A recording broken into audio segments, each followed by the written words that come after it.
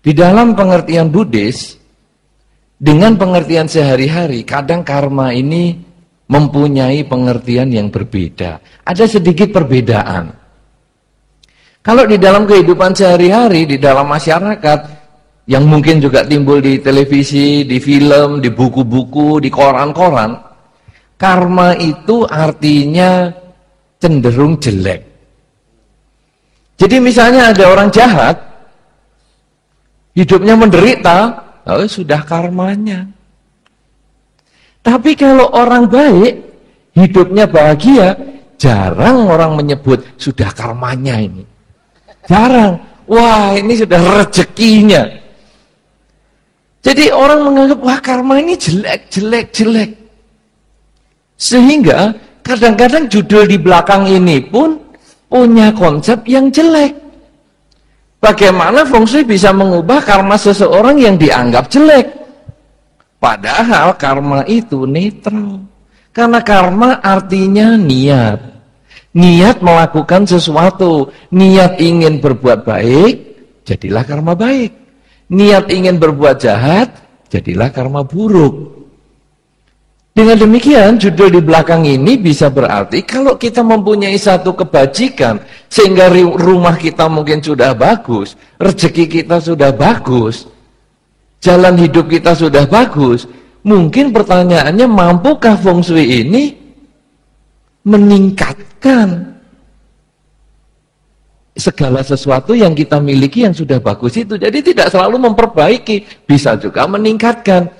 Nah, ini kesan yang berbeda yang timbul di dalam masyarakat, yang mungkin pertama saya harus menegaskan di sini bahwa karma adalah niat, yang bisa berarti niat baik dan niat buruk.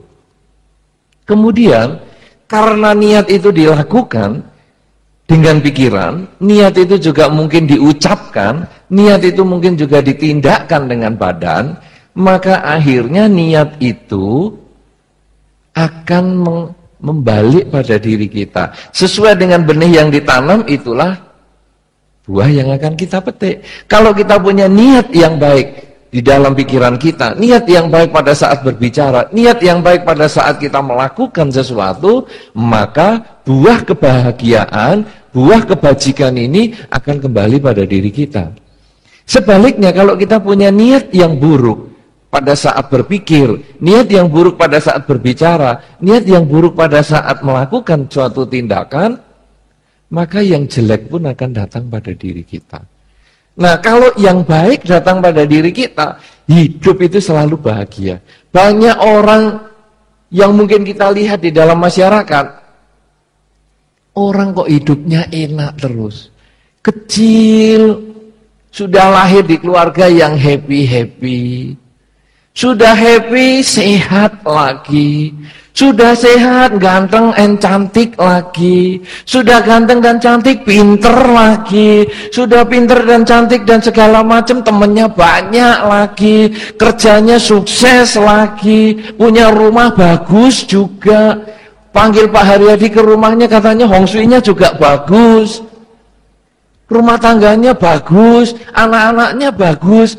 Kadang-kadang kita lihat, loh, orang ini kok happy terus ya?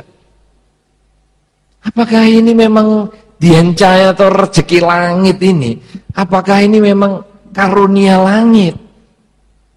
Apakah dia tidak melakukan sesuatu? Sebaliknya, ada orang yang dari kecil menderita, lahir di keluarga miskin.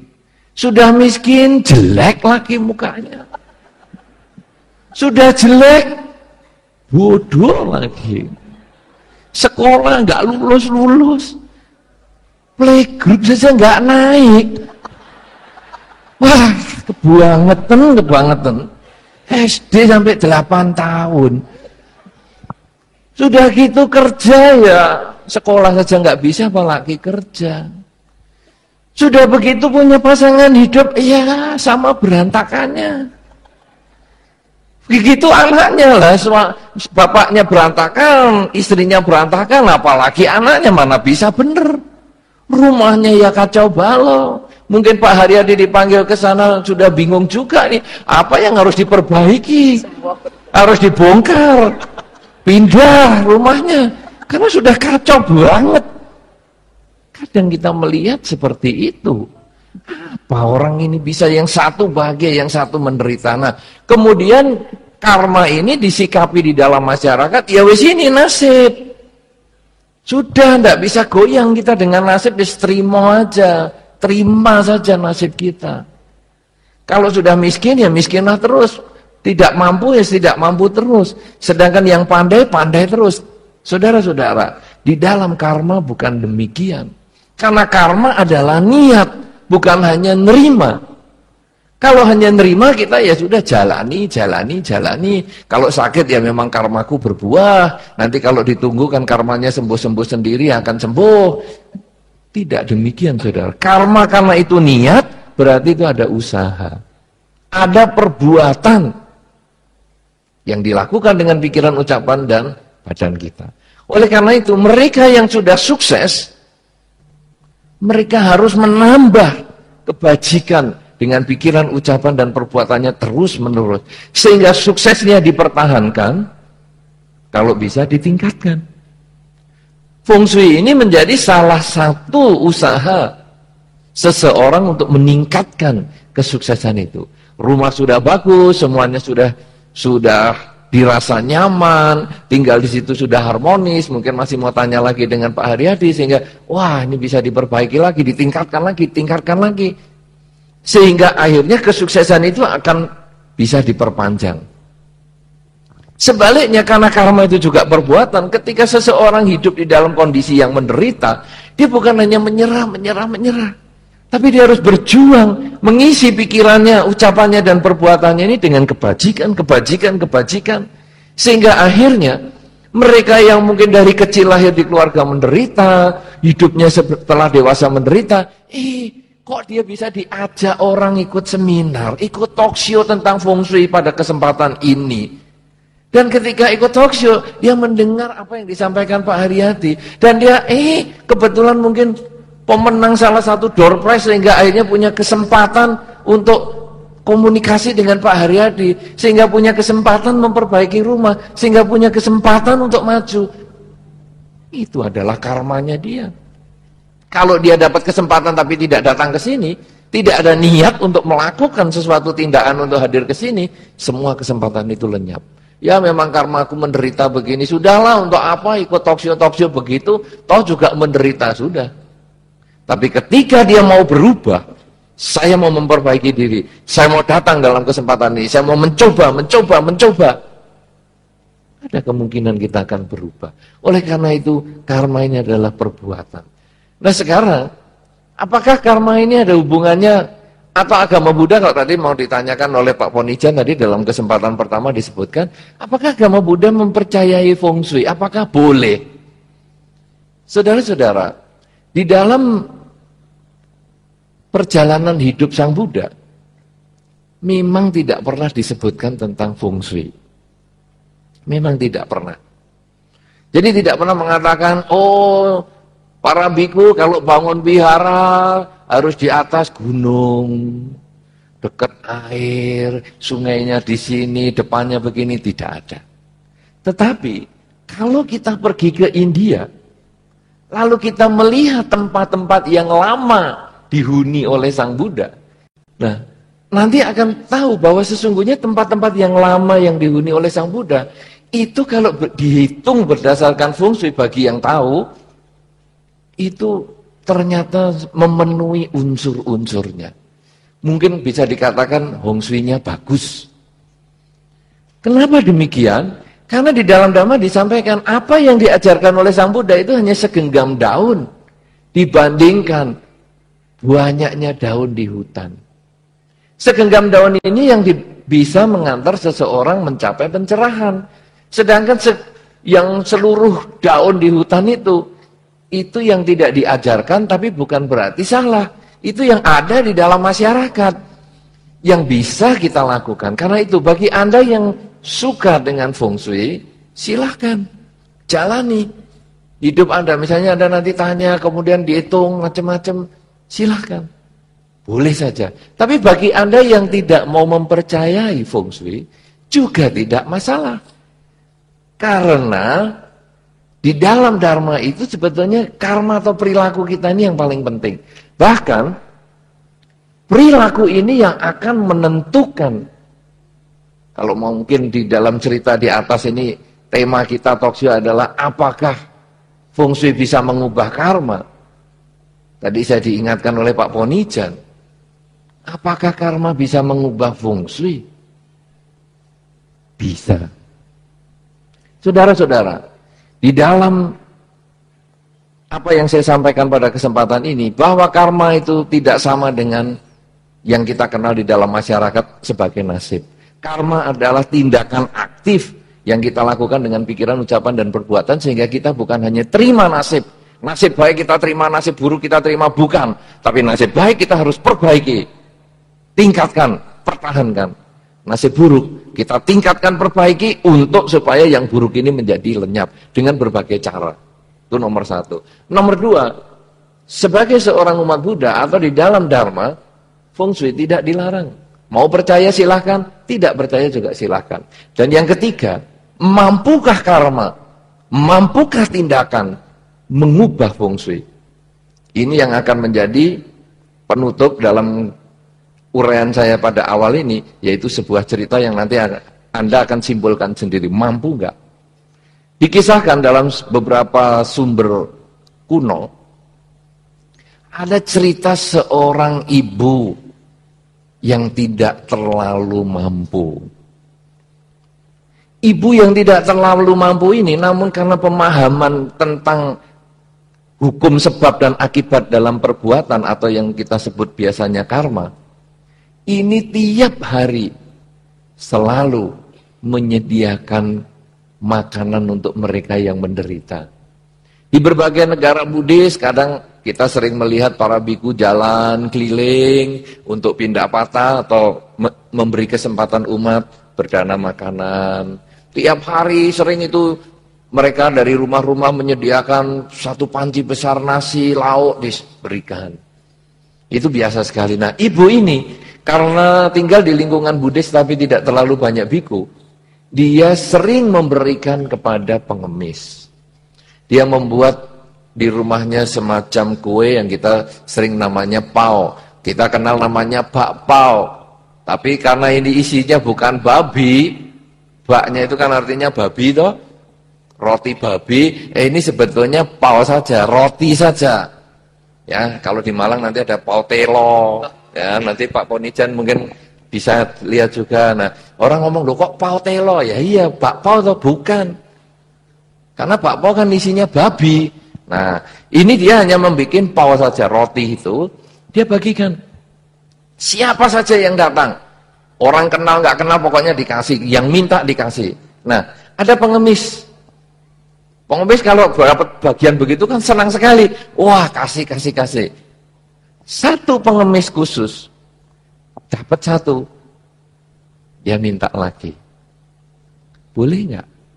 Saya minta paumu tambah lagi. Ya, boleh.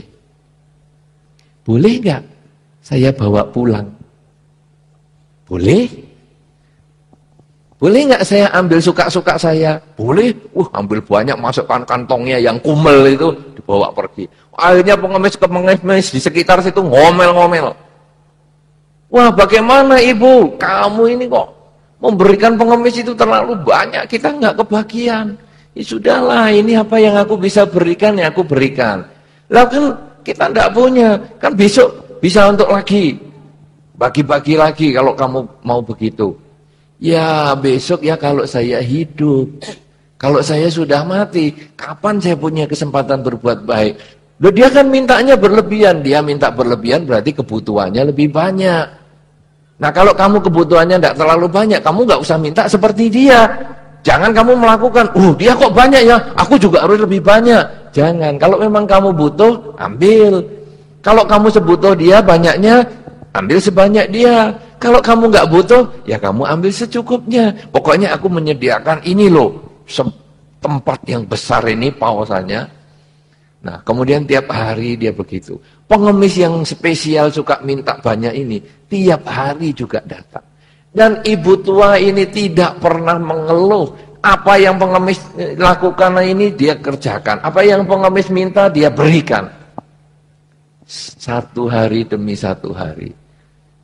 Sampai 1 minggu, sampai sebulan, sampai setahun. Tiap hari pengemis ini kalau pulang dari tempat ibu ini selalu membawa pau yang banyak di dalam kantong kumelnya. Kemana dia pergi, ibu ini nggak pernah tanya. Dia juga nggak pernah ngomong, apa kamu jual lagi tau pau saya? Juga tidak, pokoknya kasih. Karena dia menyadari ini kebajikan. Saudara-saudara, setahun lewat, 2 tahun lewat, 3 tahun. Sampai akhirnya 3 tahun, pengemis ini mengatakan kepada ibu tadi, Ibu, kamu tiap hari memberikan saya kue ini. Dan saya selalu boleh mengambil sesuka-suka saya. Apa sebab kamu demikian? Ibu ini menjawab, karena saya ketika ketemu kamu, saya punya kesempatan untuk berbuat baik kepadamu. Apakah kamu tidak pernah mengeluh, saya ambil banyak? Tidak. Karena kamu ngambil banyak berarti saya kesempatan berbuat baiknya lebih banyak. Kemudian pengemis ini mengatakan, Ibu, memang dalam kehidupan sekarang ini, kamu tidak lahir sebagai orang yang mampu. Tapi kamu mau berbuat baik dan berbuat baik terus. Ini adalah usaha kebajikan yang luar biasa. Karena itu Ibu, ikut saya, mari ikut saya keluar dari desa ini. Kemudian ibu ini ngikuti pengemis tersebut keluar desa. Lalu sampai di ujung desa, pengemis ini mengatakan, Ibu, coba kamu lihat, di bukit sebelah sana, ada sebatang pohon. Apabila kamu nanti meninggal dunia, karena aku tidak bisa membalas kebaikanmu sekarang, 3 tahun kamu ngasih saya tiap hari. Kalau kamu sudah meninggal dunia, kamu pesen, minta dikubur di bawah pohon itu.